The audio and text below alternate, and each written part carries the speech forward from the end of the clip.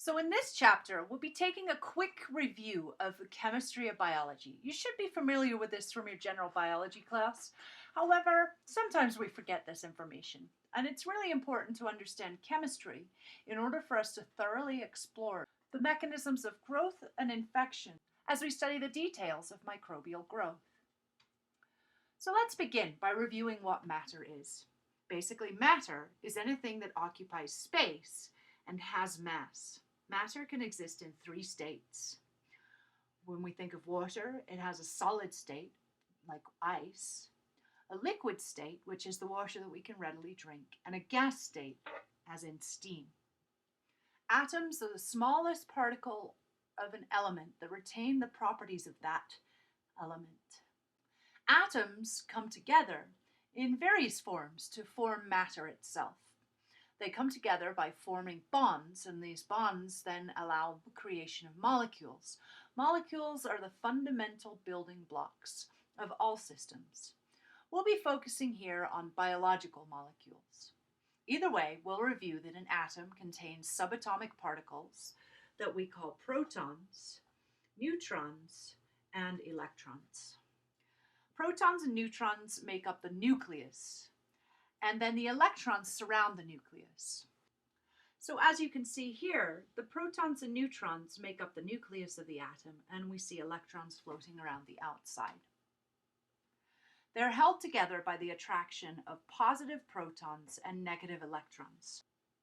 So there's a positive charge to the central area because of the protons. The neutrons add nothing because they're neutral in charge.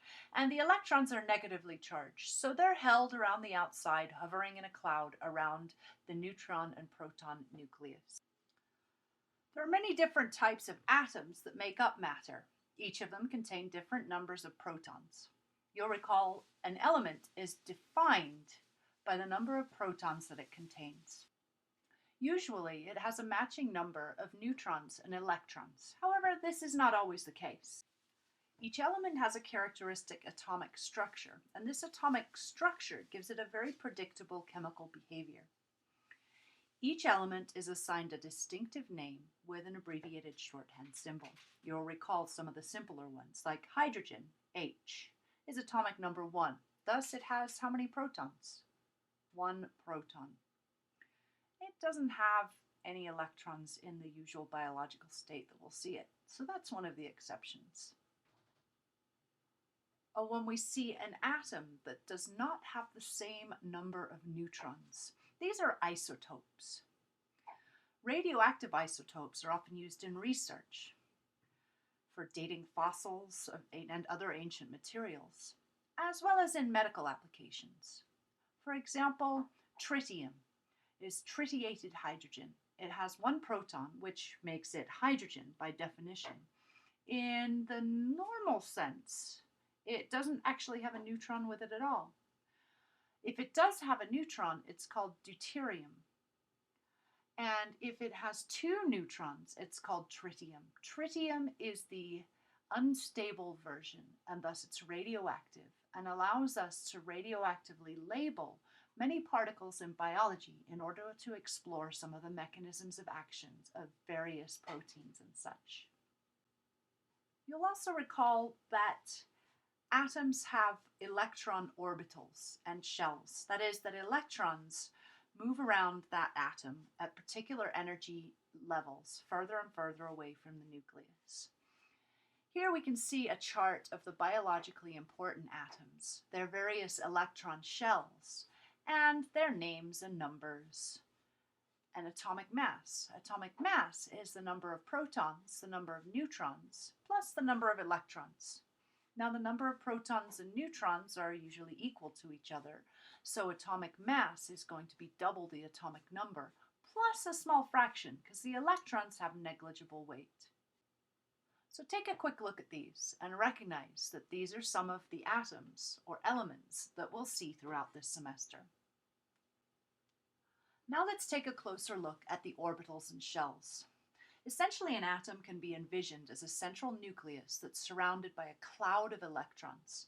However, these clouds of electrons really do move in distinctive energy levels. The electrons rotate about the nucleus in pathways called orbitals. Now, the orbitals can be a little bit complex, but basically it allows them to move in three-dimensional space in sort of figure-8 patterns through a particular range of the nucleus. So at each energy level, or each electron shell, we'll have a p orbital and several s orbitals that allow movement in all directions, and thus in a cloud, because they don't really rotate around on tracks as is pictured in this simple diagram here. You'll recall that there are various energy shells. Here we have the first energy shell, which can contain 2 electrons, and then the second can contain 8, and the third 8, and then we're outside of biology, so we don't really need to worry about that. The electrons will fill the orbital shells in pairs, starting in the nearest shell to the nucleus and then moving out. So when we look at the element hydrogen, it has 1 proton in the center and 1 electron out in the first energy shell. When we look at carbon, however, we'll see that the first shell fills up with 2 electrons, and then we'll see 4 electrons, the remaining, in the outer shell, because carbon has an atomic number of 6. It, by definition, has 6 protons.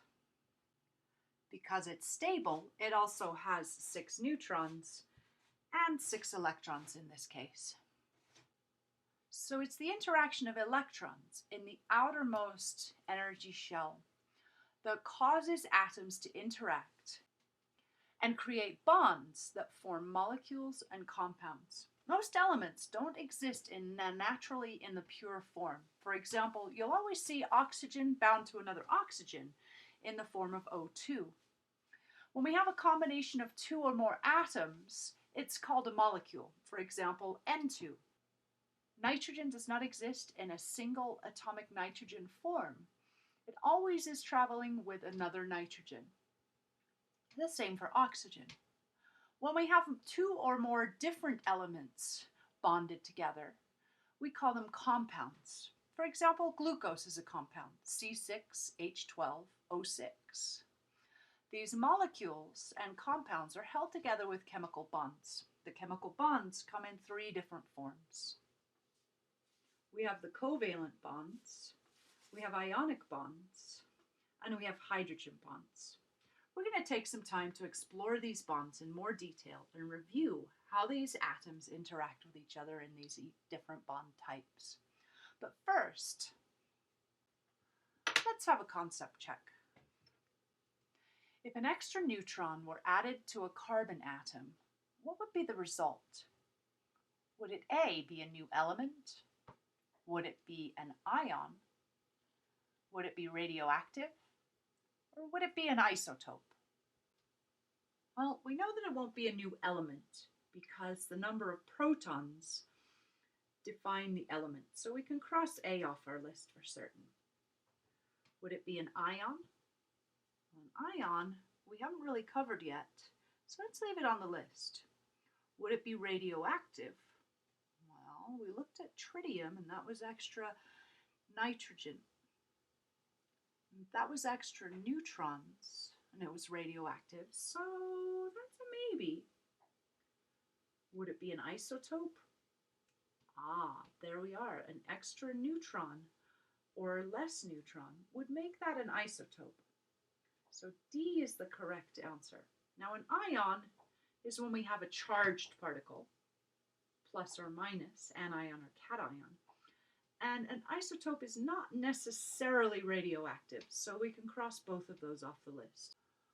So let's take a look at the different types of chemical bonds in a little more detail to review, to make sure we're all on the same page before we get going with the microbiology. There are a variety of different bonds and they vary in strength, but all of them are going to be very important to our studies. It's important to understand how a covalent bond works, how ionic bonds work, and how hydrogen bonds work. Now, there are several additional bond types. However, covalent, ionic, and hydrogen are the only ones we'll be covering here. You may recall that covalent bonds are the strongest bonds, and they involve actual physical sharing of electrons. Ionic bonds were the next strongest, and they involve stealing an electron and then having a positive and negatively charged atom that are attracted to each other because of the difference in positive and negative charge. And then that hydrogen bonds only exist between polar molecules. So for example, between the partially positive hydrogen end of a water molecule and the partially negative oxygen end of a water molecule. But let's take a closer look. We'll begin with covalent bonds. They're formed by sharing electrons. The key here is the sharing of electrons between the different atoms. Because they're physically sharing the very same electrons, these are the strongest possible bonds that we'll see. They're also the most common bonds in living cells, and they formed between all of our important elements. I call them the sponge elements instead of CH S and P. SPON CH. Covers all the same things. As you can see here in the example of hydrogen, and it all has to do with that valence shell, or the outermost shell. You'll remember that there was an octet rule. Even though the first shell is full with only 2 electrons, the next shell out is most happy when it has 8. Now I think of these as clothes. If an atom has all 8 electrons in its second shell, then it's fully clothed and happy. Sometimes there's just not enough clothes to go around, and so they have to share clothing articles in order to have everything on. So let's look at the simplest form here with hydrogen. Even though we're just looking at the first electron shell, it's full with 2 electrons. And hydrogen would be most happy and most stable if it had 2 electrons in its outermost shell. So in order to achieve this stable state, one hydrogen is attracted to another hydrogen, and they literally share their electrons. A little bit more complex of an example here is when we look at oxygen. Now, oxygen has the atomic number 8. So the first shell is full with 2 electrons, which leaves 6 in the next shell, and thus it needs to share 2 electrons with another oxygen in order to be stable and happy and fully clothed. So each oxygen here is contributing 1 set of electrons to this bond. So we have a double covalent bond in this case, where 2 pairs of electrons are being shared. It's often pictured like this diagram here. And again, methane. If we look at carbon, it has the atomic number 6. With the atomic number 6, it has 2 electrons in its first shell. It has 4 electrons in the next shell, so it's looking for 4 more electrons to share. Well, as it happens, hydrogen's looking to share 1. So in this case, our lowly carbon that needs 4 more articles can share electrons with each of these hydrogens to become fully clothed and in a happy state. There's another type of model here that perhaps makes it more clear. You can see precisely how these electrons are shared. 4 separate single covalent bonds in order to form this methane molecule, or CH4. Now, in some covalent bonds, electrons are shared equally. As you can see here, between oxygen and oxygen, they're equally strong in their pull on the electrons. The same thing with H2. In some molecules, however, electrons are shared unequally. This forms polar molecules. For example, when we consider water, we have a polar molecule because oxygen is much more electronegative than hydrogen, and thus it pulls the electrons more tightly to itself. That creates a slight negative charge on the oxygen end because, after all, electrons are negative, and a little bit of a positive charge on the hydrogen ends because they have less time with the electrons. Remember, the electrons move in a cloud forming. Because of this unequal distribution of electrons, we now have a polar molecule with a slight negative charge and a slight positive charge with each of the hydrogens. This is true of most large biological molecules. The molecules can either be neutral, like in O2 or methane, or they can be polar, as we see here with water, or they could be charged, which is actually ionized or having a full electrical charge. So for contrast, let's look at nonpolar molecules. These are electrically neutral molecules. That is, they have no charge on one end or the other. That is because electrons are shared very equally between these atoms. For example, here we can see a carbon chain where each of the carbons is sharing with a hydrogen or another carbon. Neither hydrogen nor carbon have any more electronegativity than each other, and thus they share the electrons equally. We can see that again with the H2 molecule and the methane molecule, or CH4. Now that we've taken a quick review of covalent bonds, let's take a quick review of ionic bonds. In ionic bonds, we have the complete transfer of electrons. The key here is in the complete transfer. That is, in the example of sodium chloride, the sodium ion actually loses a whole electron, and the chlorine atom actually gains a whole electron, which results in the sodium having a positive charge and the chloride having a negative charge. The covalent bond results from the attraction of this positive and this negative. So first of all, we have a complete transfer of electrons and separation into charged particles. We have one cation, the sodium, and one anion, the chloride. These are electrolytes. Those are ionic molecules that dissolve to form ions, and we see them circulating throughout all of the fluids of our bodies. The ionic bond is formed as a result of this charge. Now, how do they get charged, you might ask?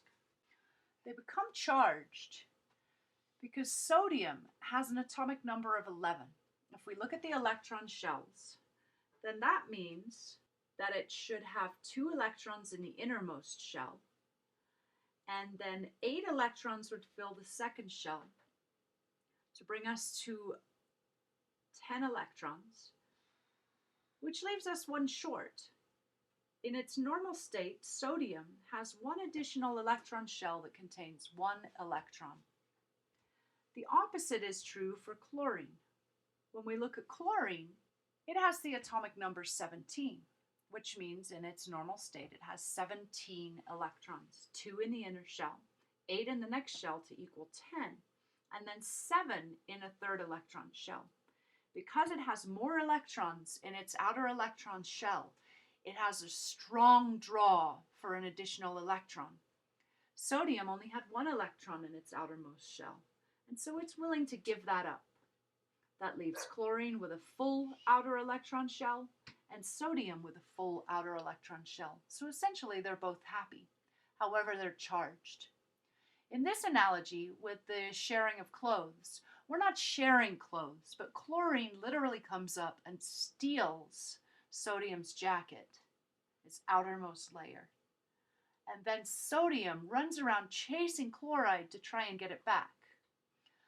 That means that sodium is now attracted to chloride because it's trying to get an electron back, or really because of a positive and negative charge difference.